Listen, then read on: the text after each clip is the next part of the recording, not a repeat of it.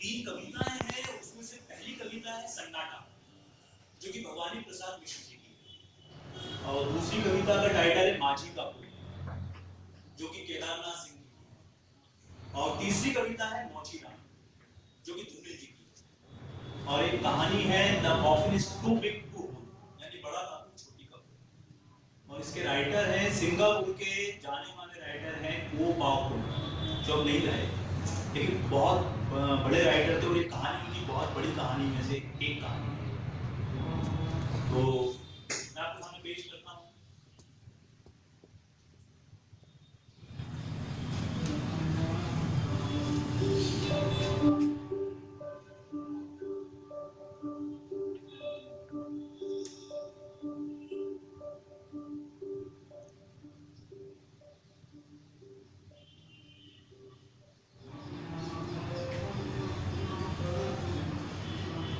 तो पहले अपना नाम बता दूं तुमको, चुपके चुपके धाम बता दूं तुमको, तुम जॉब नहीं पढ़ना अगर मैं धीरे धीरे अपना कोई काम बता दूं तुमको।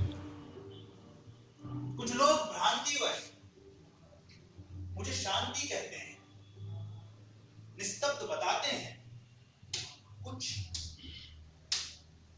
चुप रहते हैं। मैं शांत नहीं, निस्तब्ध नहीं, फिर क्या हूं? मैं मौन नहीं, मुझ में स्वर बहते हैं। कभी कभी कुछ मुझ में चल जाता है, कभी कभी कुछ मुझ में जल जाता है। जो चलता है वो शायद मेंढक, वो जुगनू है जो तुमको छल जाता है। मैं सन्नाटा हूं, फिर भी बोल रहा हूं। मैं शांत बहुत हूं, फिर भी डोल रहा हूं।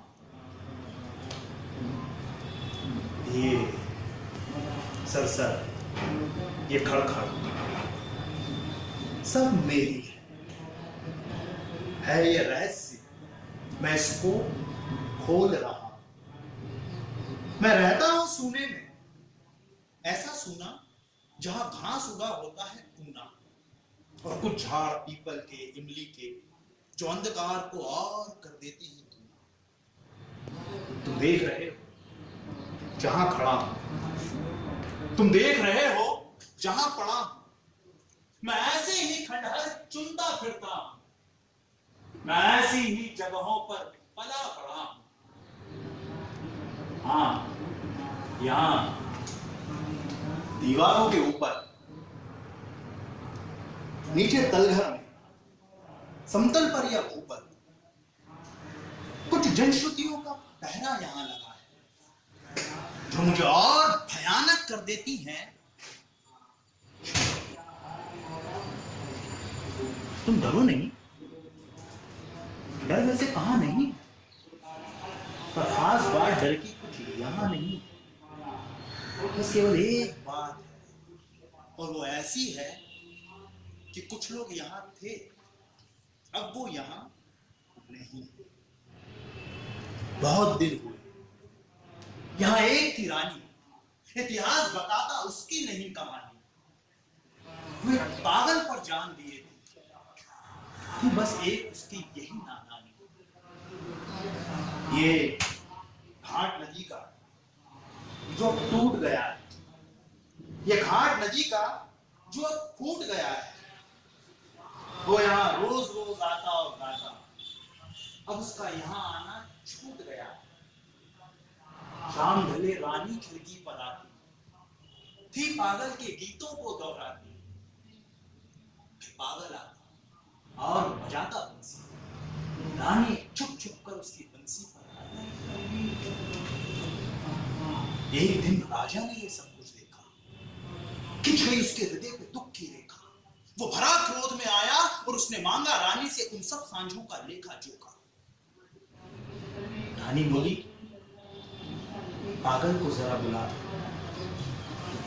मैं पागल हूं राजा, तुम मुझे बुला दो। मैं बहुत दिनों से सोई नहीं, बंसी बजवाकर मुझे जरा सुना दो। वो राजा था, कोई खेल नहीं था। इन सब बातों से उसका कोई मेल नहीं था। रानी ऐसे बोली थी जैसे कि उसके बड़े किले में कोई जेल नहीं था। जहां तुम खड़े हो वहीं कभी सूली थी। रानी की कोमल देह यहीं झूली थी। हाँ, पागल की थी, रानी की थी।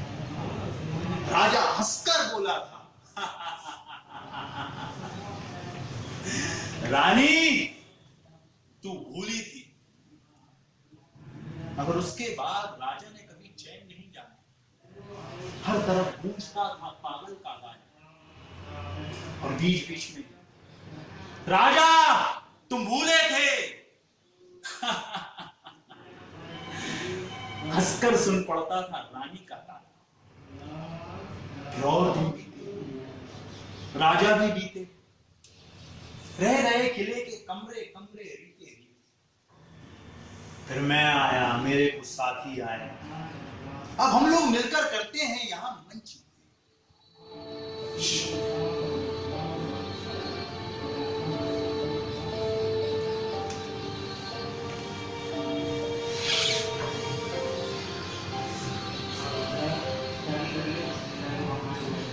लेकिन कभी कभी जब पागल आ जाता है, साथ ले आता है रानी को या गा जाता है, तब मेरे सांप गिरगिट और उल्लू पर एक सत्ता सा छा जाता है।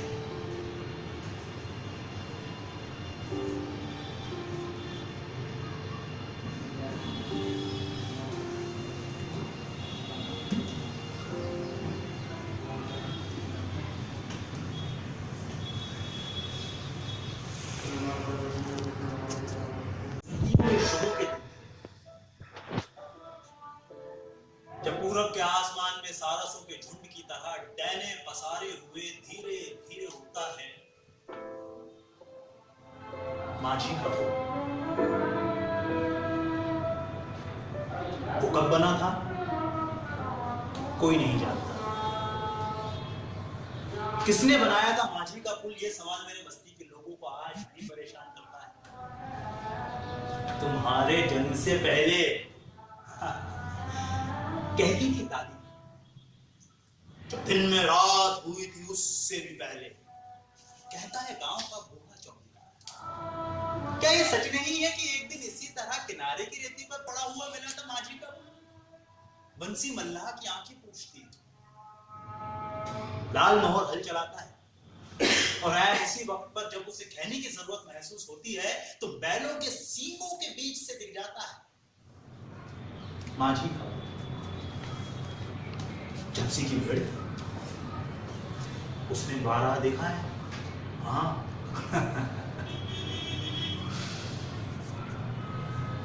जब चढ़ते चढ़ते थक जाती है तो मुंह उठाकर उस तरफ देखने लगती है जिस तरफ है माझी का। माझी के पुल में कितने पाए हैं? 19 कहता है जगदीश। 20 रतन हज्जाम का ख्याल। कई बार तो संख्या बढ़ते बढ़ते 23-24 तक चली जाती।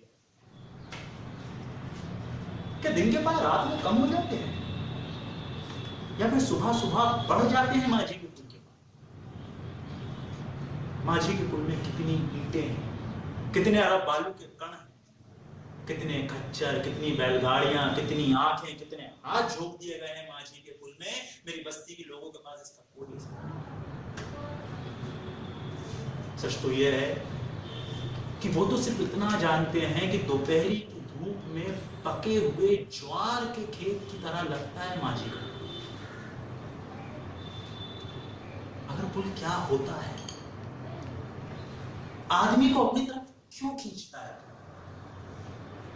ऐसा क्यों होता है कि रात की आखिरी गाड़ी जब भी माझी के पुल की पटरी के ऊपर चढ़ती है तो मेरी बस्ती का हर आदमी अपनी गहरी नींद में भी हिलने लगता है? गहरी बेचैनी के बाद मैंने कई बार सोचा कि माझी के पुल में कहां है माझी, कहां है उसकी नाव? क्या आप ठीक उसी जगह उंगली रख सकते हैं जहां हर पुल में छिपी रहती है एक नाव? बोलिए।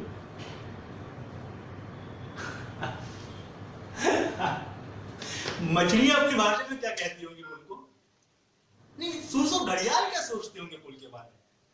कछुओं को कैसा लगता होगा पुल जब वो दोपहरी के बाद किनारे पर पड़ी हुई रेत पर अपनी पीठ फैलाकर उसकी मेहराबें सेकते हैं?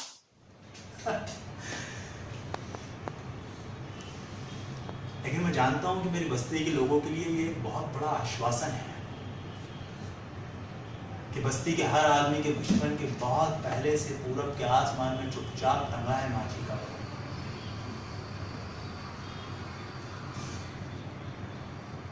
लेकिन कई बार मैं सोचता हूं तो सोचकर कांपने लगता हूं। तुम्हें कैसा लगेगा जब एक दिन उन्हें अचानक पता चलेगा कि वहां नहीं है माझी का पुल? मैं कई बार खुद से पूछता हूं, आखिर कौन बड़ा है? वो जो वहां नदी पर टंगा है माझी का पुल, या वो जो टंगा है लोगों के अंदर?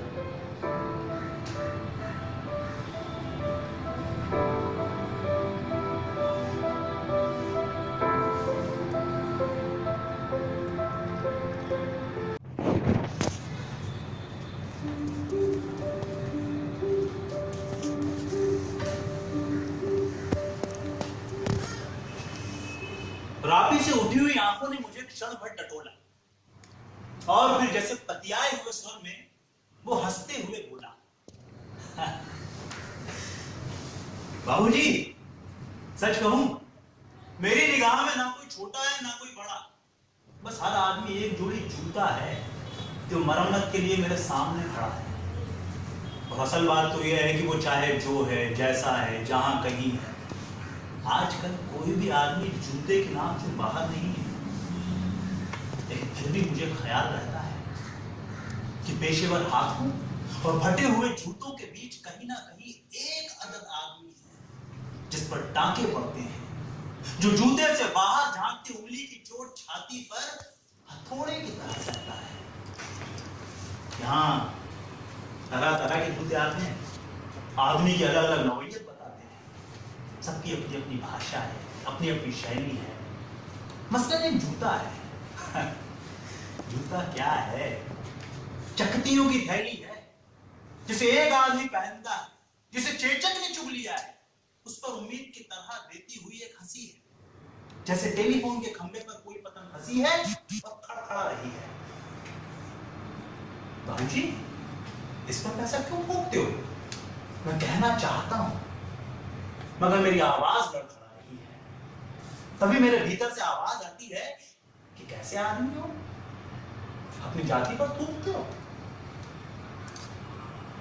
यकीन मानिए बाबूजी, उस वक्त मैं आंखों की जगह, चकतियों की जगह आंखें टांगता हूं और पेशी में पड़े इस आदमी को बड़ी मुश्किल से निभाता हूं।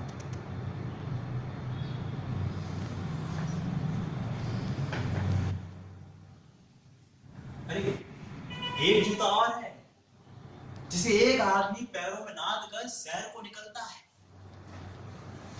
ना वो अक्लमंद है, ना वो वक्त का पाबंद है।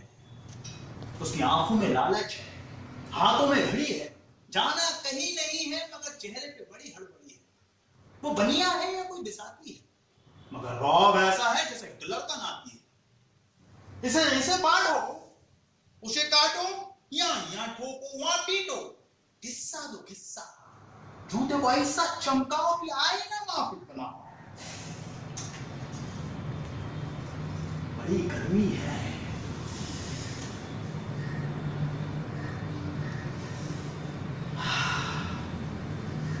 रुमाल से हवा करता है, मौसम के नाम पर बिसूरता है, हर आती जाती को वानर की तरह घूरता है।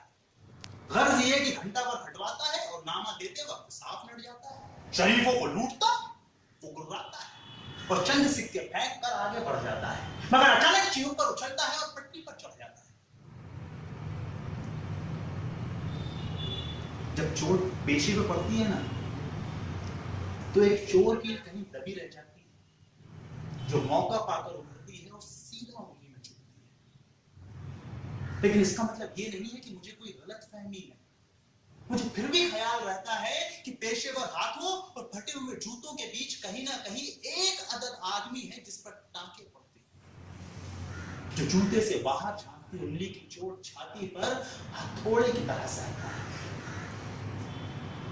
और असल बात तो यह है बाबूजी कि अगर जिंदा रहने के पीछे सही तर्क नहीं है तो राम नामी बेचकर और रंडियों की दलाली करके रोजी कमाने में कोई फर्क नहीं है।